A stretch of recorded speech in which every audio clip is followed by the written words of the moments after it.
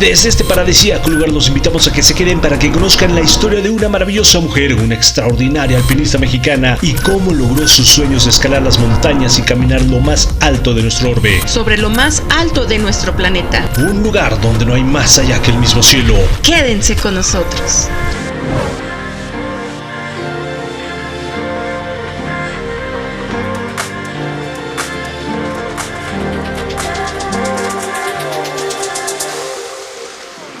Y buscando contar estas grandes hazañas deportistas de los montañistas mexicanos, es que llegamos a este paradisíaco lugar de Valle de Bravo, donde Elsa Ávila nos abrió las puertas de su casa y las ventanas de su corazón para contarnos cómo es que logró tocar la punta del cielo, es decir, hacer cumbre en el Everest y contarnos por todas las peripecias que atravesó para lograr dicha hazaña. Efectivamente, amigos, así que para quienes aún no saben de quién estoy hablando y sus grandes aventuras expedicionarias por el mundo, comenzaré por decirles entre estos deportes acuáticos y de esparcimiento que suelen practicarse en esta laguna maravillosa poseedora de un extraordinario clima de Valle de Bravo, es que me refiero a una mujer que es conocida y reconocida por ser la primera mujer mexicana en haber conquistado la montaña más alta de nuestro planeta, el Everest. Pero dejemos que sea ella misma quien se presente para contarnos todas sus travesías por el mundo. Hola, soy Elsa Ávila, alpinista, ingeniero civil, ama de casa. Para mí la montaña es parte de mi vida. He aprendido ahí la mayoría de la filosofía que emprendo en mi vida diaria fue aprendida en la montaña. Entonces estoy realmente agradecida por todo lo que me ha regalado la montaña. Una percepción en su vida que llegara con persistencia, esfuerzo, sacrificio, convicción y determinación, forjándose al conquistar grandes paredes de rocas alrededor del mundo como las Rocallosas y el Capitán en Yosemite, Estados Unidos, la Patagonia, el Círculo Polar Ártico y los Alpes franceses. Por eso decimos que es alpinista. No obstante, entre sus grandes travesías por el mundo es la de aquella región donde se levantan las montañas más altas de nuestro planeta, dejándole una gran huella en su vida y sus memorias, el Himalaya. Yo en el Himalaya estuve en 8 expediciones y 3 veces en el Everest. Hasta la tercera fue que subí. La cordillera del Himalaya es la más extensa del planeta. Abarca varios países y tiene 2.500 kilómetros. Y ahí alberga a los únicos 14 8000 que existen y los 7000 también. Porque la montaña más alta en América, que es el Aconcagua, no llega a los 7000, 6900 y rascándole, ¿no?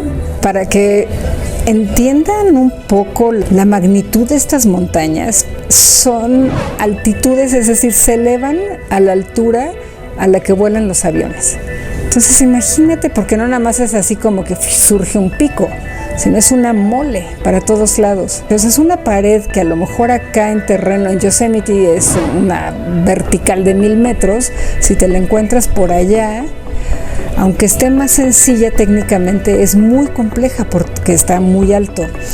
Yo recuerdo que cuando regresé de mi primer 8000, regresé al Popo, todavía el Popo se podía escalar, y dije, está tan chiquito que no es ni siquiera para llegar al campamento 1.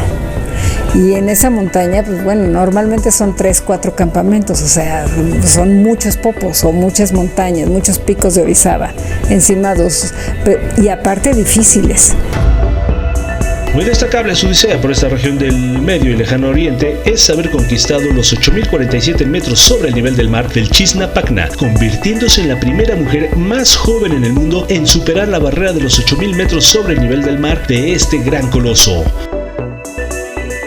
Proeza que intentará superar un par de años después, en el que una vez fuera conocido como el Pico 15, puesto que así fueron denominadas estas montañas del Himalaya por los expedicionarios ingleses entre los siglos XVIII y XIX. Ambos los identificaban con un número, siendo el explorador Sir George Everest quien por medio de una serie de cálculos determinara que el Pico 15 probablemente podría ser el más alto de todos ellos, inclusive de todo el mundo. De esta forma fue renombrado con su apellido en 1865 como el Monte Everest, sin que nunca haya escalado esta montaña el expedicionario de la corona inglesa. Pero no fue hasta 1975 que fuera confirmado por científicos japoneses que efectivamente el pico 15, bautizado como Monte Everest, fuera la montaña más alta del mundo con 8.848 metros sobre el nivel del mar. Y es ahí donde el Ávila buscara que el coloso sucumbiera ante ella en la primavera de 1989. Ay, del Everest te puedo describir a lo largo de los años. La primera vez que fui, pues una montaña de mucho respeto, por supuesto, al igual que todas. Pues ya estaba saliendo con los polacos y habíamos ido a una expedición, a otra más, hasta que llegó el Everest. Era un permiso de ellos. Anteriormente los permisos se pedían con años de anticipación y actualmente pues con dinero. Ya sabes, en todos lados ahora es con dinero. El punto es que había ese permiso y hubo esa posibilidad. Dentro de la misma expedición hice un primer intento por la arista yugoslava, que es técnicamente muy difícil. Las expediciones duran más o menos 2 meses, en lo que estás adaptando al cuerpo a la falta de oxígeno, y esto sucede más o menos en 3 semanas, 1 mes. Y bueno, con los breaks del tiempo, que a veces caen nevadas y todo aquello, y se avalancha mucho y hay que estar esperando el momento. Entonces por eso son 2 meses más o menos, que son por las temporadas, primavera, otoño. Generalmente son las que se escalan, y el Everest generalmente es en primavera. Entonces fuimos en primavera, mi primera expedición. Tuve por la arista yugoslava un principio de edema cerebral. Me bajé, me repuse unos días en el campamento base y posteriormente hice otro segundo intento. Dentro de esa expedición fue que me quedé a 98 metros porque no servía el tanque de oxígeno que al final decidimos usar. Era un tanque de oxígeno que habían dejado unos neozelandeses, y uno de ellos había usado el mismo que yo y a él le dio edema pulmonar y se tuvo que bajar. Él no se dio cuenta y me lo ofreció porque yo ya había tenido un principio de edema cerebral. Y yo lo usé pues como, no desde el principio, sino a partir de 8.400, que ya es muy alto. Y me dio esto porque no servía y yo llevaba una mascarilla que no me dejaba respirar lo poco que hay.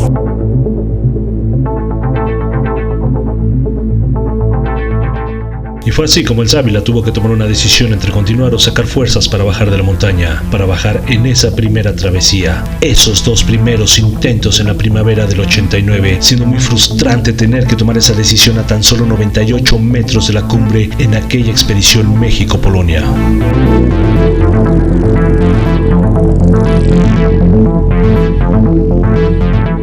Sin embargo, rearmaron una nueva expedición entre mexicanos, buscando nuevamente conquistar esa cumbre tan soñada. Y 3 meses después regresamos a México, conseguimos el patrocinio, organizamos una expedición mexicana, éramos 4, y ahí no pude subir porque se me congelaron las córneas, se me congeló un dedo y tuve que bajar de 8.200 metros. Ese fue la segunda expedición, pero mi tercer intento. Un dramático congelamiento de córneas, un dramático incidente que le imposibilitara poder ver con claridad, por enfrentarse a un clima tan extremo que a su vez le congelara los dedos al grado de quemárselos por el frío. Fueron lamentables incidentes que le hicieron abstenerse un tiempo del Everest. Sin embargo, esa determinación la llevó a explorar otros horizontes de nuestro planeta, así como los Alpes franceses, los Andes y el extremo sur de nuestro orbe, convirtiéndose en la primera mujer del mundo en conquistar otras cumbres. Un ejemplo de ello es el Poinsonot en la Patagonia y el Sundbeat en la isla de Baffin del Círculo Polar Ártico, lugar donde nunca antes hubiera estado otro mexicano. Y de hecho me imagino que muy pocas personas en todo el mundo. Hazañas exitosas que la motivaron a buscar una nueva aventura en el Himalaya. Una nueva travesía que la llenara de gratos recuerdos y motivaciones previos a su tercera expedición al Everest. En esta ocasión el desafío previo tenía un nombre: el Kanchenjunga, la tercera montaña más alta del mundo y quizás la más peligrosa de todas. De todos los 8.000, yo creo que lo que más me gustó o donde más satisfecha estoy es de el Kanchenjunga, la tercera más alta, porque fue una expedición mexicana en donde al final aceptamos a 2 polacos, a la polaca más buena en ese momento, Wanda Rutkiewicz, y la verdad es que nos unimos muy bien. Ellos ellos 2 con nosotros 4 éramos, y me gustó porque la ruta técnicamente es complicada desde el principio y no para la dificultad hasta donde yo llegué. Todos nos fuimos turnando en resolver el acertijo de la pared, y cuando llegamos a casi 8,000 metros, que nos sorprendió la tormenta, esa lucha y ese encontrar dónde pasar la noche para no morir, y es un placer, es una búsqueda y un encuentro delicioso. Y bajar con las manos todas congeladas, o sea, darme cuenta que lo pude hacer, que pude tomar decisiones acertadas y que pues, tengo todos mis dedos, y eso fue lo que más me gustó. Y después de una serie de éxitos, inhóspitamente lograr la cumbre de lo que es considerada la montaña más difícil y peligrosa del mundo, así como la tercera más alta de nuestro planeta, no fue el broche de oro que Elsa intentó conseguir previo a retirarse temporalmente y convertirse en madre. Aunque esa última travesía la dejó con nuevas expectativas, experiencias, recuerdos, enseñanzas y una visión con mayor madurez para buscar posteriormente nuevas aventuras por el Himalaya. ¿Alguna anécdota que nos quieras compartir de eso? Sí, mira, primera expedición que hice a los Himalayas, que fue en el Nanga Parbat, pues yo tenía 21 años, era una rebelde, bueno, impresionante. Y entonces los polacos, pues es un idioma, a mí me fascina el polaco, pero es un idioma súper fuerte, entonces los oyes discutir y están casi gritando y así, ¿no? Y estaban reunidos en una fogata, eran, yo creo que 13, 15, no me acuerdo, polacos, y yo era la única mujer, ¿no? Entonces de repente a uno se le ocurre decir, Elsa, absolutamente no. Y entonces yo me paro así como, ¿cómo? Elsa, absolutamente no, ¿qué? Y me dice, no, me empezó a hablar en polaco y yo no le entendía nada. Ella me llevó el jefe de la expedición por otro lado, pero esa era yo, ¿no? Y esos deliciosos recuerdos es lo que la hizo regresar 10 años después. 10 años después de aquella primavera del 89, levantándose de su temporal retiro, nuevamente en busca de la punta del cielo. Siguiendo en esta expedición la ruta y los pasos del neozelandés Edmund Percival Hillary, quien junto a su compañero el Shepard Tenzin Norgay son reconocidos y recordados como los primeros expedicionarios en el mundo que lograran conquistar la cumbre de los sueños el 29 de mayo de 1953. Trazando desde entonces la primera ruta en el Everest, que actualmente es la que usan muchas expediciones turísticas y comerciales. Sin embargo, para Elsa en aquellos años era una ruta que aún representaba muchos desafíos. Y 10 años después, ya teniendo mis 2 hijos, regresé por la vía de Hillary con mi equipo, con mi comida, con todo, y fue que subí. Y fue así, como a casi 46 años después de la proeza de Hillary Norgay, es que Elsa Ávila el 5 de mayo de 1999 también conquistara la cumbre de los sueños, conquistar el más grande coloso de nuestro planeta, la puerta del cielo, llegar al lugar donde no hay más caminos que seguir, la cumbre del monte Everest. Pues fue de esa forma que Elsa Ávila se convirtió en la primera mujer latinoamericana que logró hacer la cumbre del Everest, y particularmente una mexicana que puso el nombre de nuestro país muy en alto.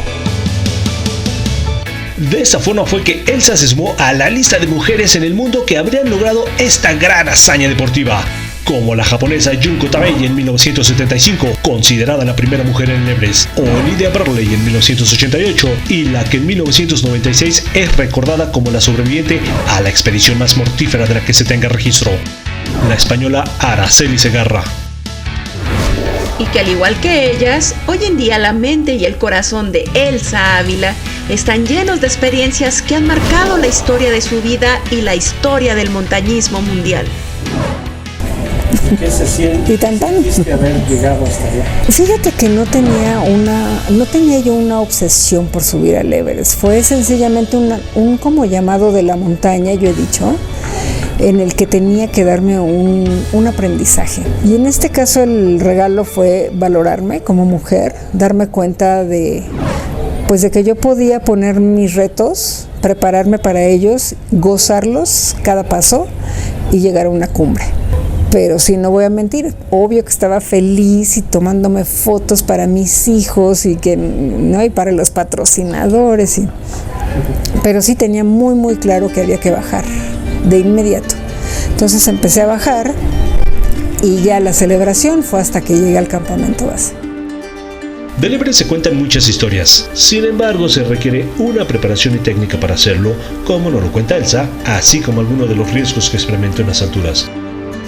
Mira, yo creo que para poder escalar rutas técnicas en los Himalaya fue básico para mí ser escaladora en roca primero.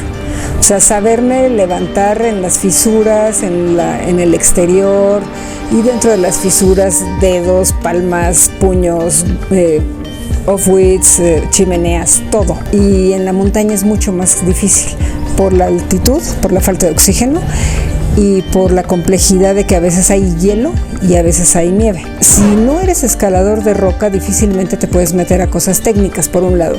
En cuanto a atravesar, por ejemplo, glaciares, pues la experiencia también te va haciendo conocer a la vista la diferencia de la nieve. Entonces tú sabes cuándo es fuerte, cuando no lo es, cuando puede haber un puente muy débil. Hay otros que tienes que, pues ni modo, ir probando, pero también es con técnicas, te asegura el compañero y así puedes ir atravesando. Siempre con el piolet listo y saber poner la cuerda para detener caídas. Yo me caí en un momento y agarré una velocidad que pensé que no la iba a contar y de repente la cuerda me sostuvo. Y fue porque pues, hay que llevar en el instinto el que cae alguien y luego plantas tu piolet, sabes cómo distribuir tu cuerpo y finalmente cuando te toca, te va a tocar donde sea, ¿no? ¿Y alguna vez llegaste a pensar eso, visualizar eso? ¿Que ya me iba a tocar? No, nunca. Yo creo que lo más complicado en cuanto a montaña por regresar viva fue mi primer intento al Everest, cuando quedé a 98 metros de la cumbre, que tenía un problema de edema cerebral, que por supuesto no había rescate alguno que fuera a ir por mí, que tuve que bajar por mi propio pie y que cada paso fue muy complicado, muchos de ellos fueron caídas y sacar fuerza de la nada fue algo muy complicado. A 8,750 metros bajar y empecé con problemas de apoplejía, me estaba quedando paralítica allá arriba y todavía inyectarte, aparte de la adrenalina que me inyectaron, pues voluntad para bajar, para dar más pasos y todavía sumirte en la nieve y continuar. Creo que eso es lo más cerca que he estado de abandonarme. Y definitivamente cuando aquella niña logró sus sueños por caminar en lo más alto del mundo, llegar a donde no hay más caminos que recorrer, llegar a las puertas del cielo y entre esos grandes colosos que dominan nuestro globo terráqueo, Elsa tuvo otra perspectiva del monte Everest. Actualmente para el Everest no sé qué reglas haya porque el Everest es el basurero más alto del mundo. Gente que deja ahí lo que llevaba, sus tiendas, cadáveres, en fin, hay muchas cosas y la verdad es que, por ejemplo, esa teoría o no sé, fantasía que existe de que el alpinista llega con el asta bandera y clava su bandera, no es cierto. O sea, el lugar más sagrado es la cumbre. Tratas de no dejar nada. Lo único en la cumbre del Everest que dejan son banderas de oración. Algunos sherpas que suben como son budistas. Entonces el Everest antes era un lugar sagrado, privilegiado, y hoy me parece, hasta donde yo lo viví y lo que veo en fotografías, en videos y todo eso, se ha vuelto un lugar de egos. Y eso desvirtúa mucho a la montaña. Llegar, por ejemplo, al Collado Sur para mí a 8,000 metros, que era una meta de que yo no iba a usar tanques a esa altura, fue complejo mentalmente el ir al lado de gente que va con oxígeno, que es más fácil para ellos tratar de rebasarlos, irlos rebasando sin oxígeno, porque además como que el orgullo, yo decía, no, yo sí, y voy, ¿no? Entonces iba abriendo mi huella, no iba en una cuerda, iba sin tanques, pero ir junto a ellos era como, sí, una seducción de, mira, que está más fácil todo esto. Entonces fue una diferencia muy grande. El primero haber ido cuando la montaña casi estaba sola, Es más, en mi primer intento éramos 2 seres humanos en la gran montaña.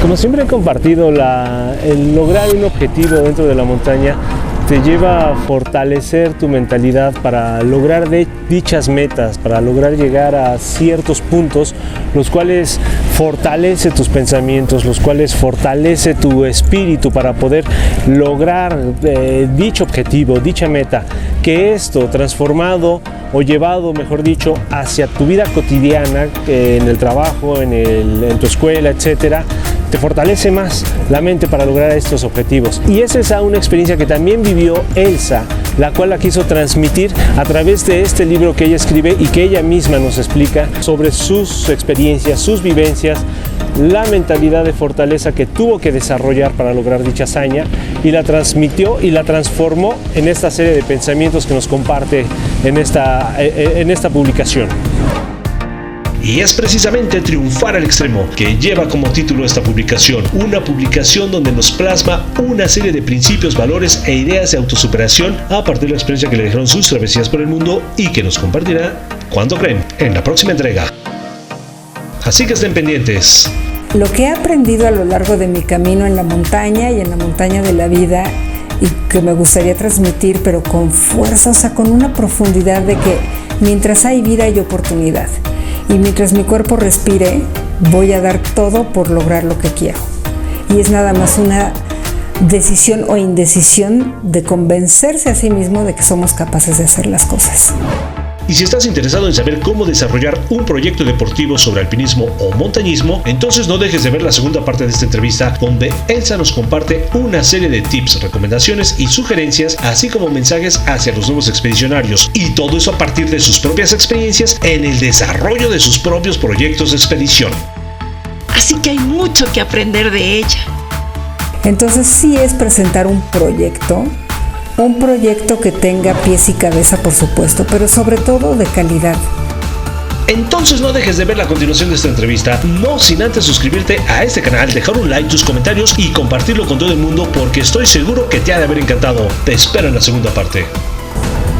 Pues la vida es una aventura que bien vale la pena vivirla.